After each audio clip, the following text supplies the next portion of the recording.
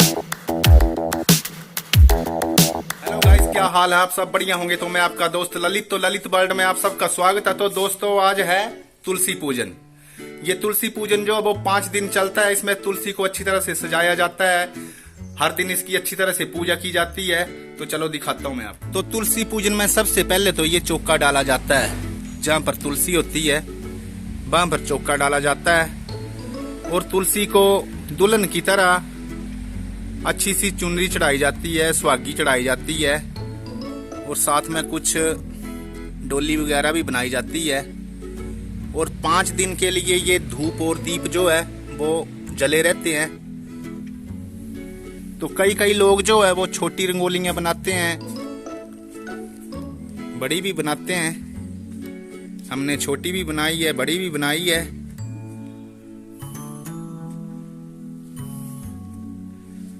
तो ये जरूरी होती है बनाना। तो दोस्तों, ये तुलसी पूजन जो है वो 5 दिन लगातार चलता है और इससे घर में खूब सुख समृद्धि शांति आती है। तो तुलसी तो अपने आप में औषधीय गुणों से भरपूर है ये। तो ये आप भी जरूर अपने अपने घरों में लगाएं और इसका पूजन करें। पौराणिक कथाओं में इसकी बहुत सारी कथाएं हैं ग्रंथों में। तो उनमें से एक मैं भी आपको सुनाऊंगा। तो ये है दोस्तों तुलसी पूजन। तुलसी को अच्छी तरह से सजाया जाता है।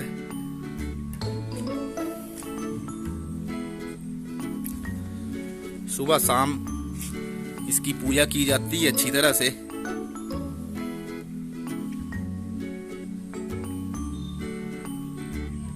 इसके पौधे में इतने गुण होते हैं, औषधीय गुण होते हैं कि इससे कई बीमारियों का नाश हो जाता है। मक्खी मच्छर तक इसके आसपास नहीं आते हैं। तो ये अपने अपने घरों में आप भी जरूर लगाएं। ये कार्तिक महीने में इसका पूजन किया जाता है। तुलसी विवाह किया जाता है। तो दोस्तों, ये होता है तुलसी पूजन। जय मां तुलसी। तो अब मैं आपको इसकी एक कथा सुनाऊंगा।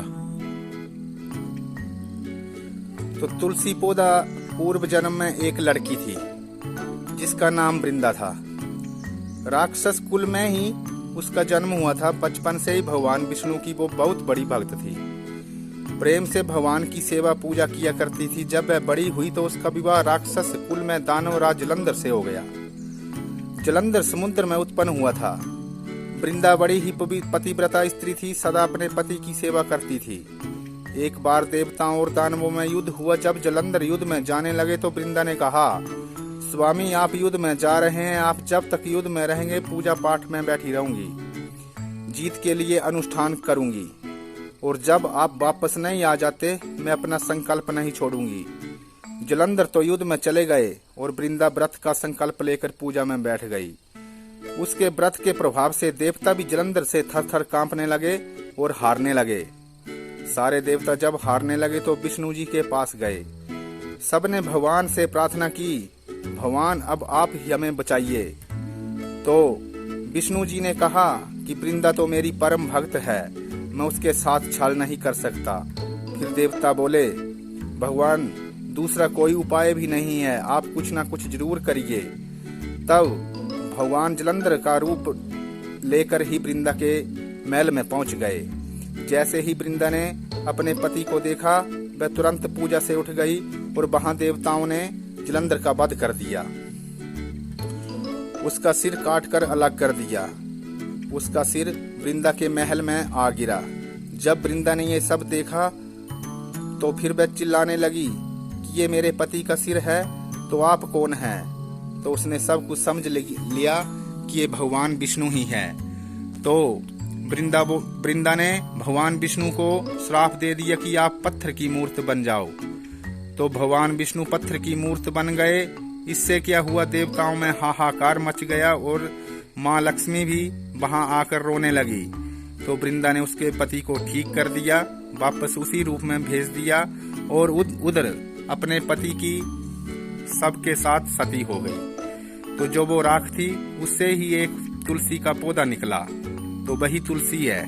और जो भगवान जी को पत्थर के रूप में उसने श्राप दिया था वो भगवान